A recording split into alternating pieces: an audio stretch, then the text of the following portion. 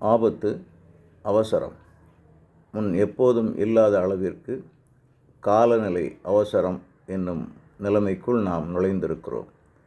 அடுத்த நூற்றாண்டில் நடைபெற உள்ளதாக கூறப்பட்ட புவி வெப்பநிலை இப்பொழுதே வந்துவிட்டது.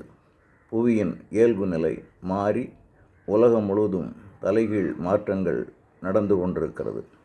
நாம் கண்களால் பார்த்து கொண்டிருக்கும் மலைகள், கடல்கள், நாடுகள், நதிகள், ஊர்கள், மரங்கள், பயிர் வகைகள், அழகிய மலர்கள், அனைத்துக்கும் மேலாய் மனிதர்கள் என அனைத்தும் அனைவரும் துன்ப நிலைக்கு தள்ளப்பட போகும் ஆபத்து நெருங்கிவிட்டது.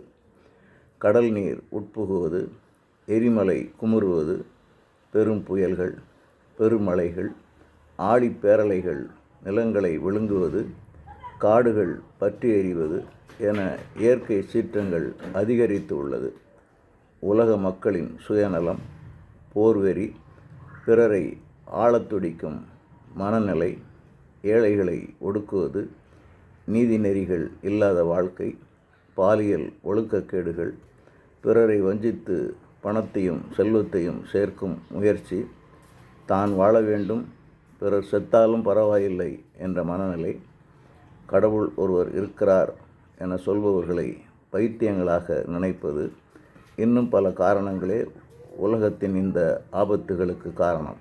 எனவே நண்பர்களே, இறைவனின் ஆட்சி இங்கு மலர வேண்டும் என அந்த இறைவனிடமே மன்றாடுங்கள். அதுவே இப்பொழுது நாம் அவசரமாக மேற்கொள்ள வேண்டிய முதல் நிலை. நன்றி. உங்கள் டார்சன் ஞானராஜ்.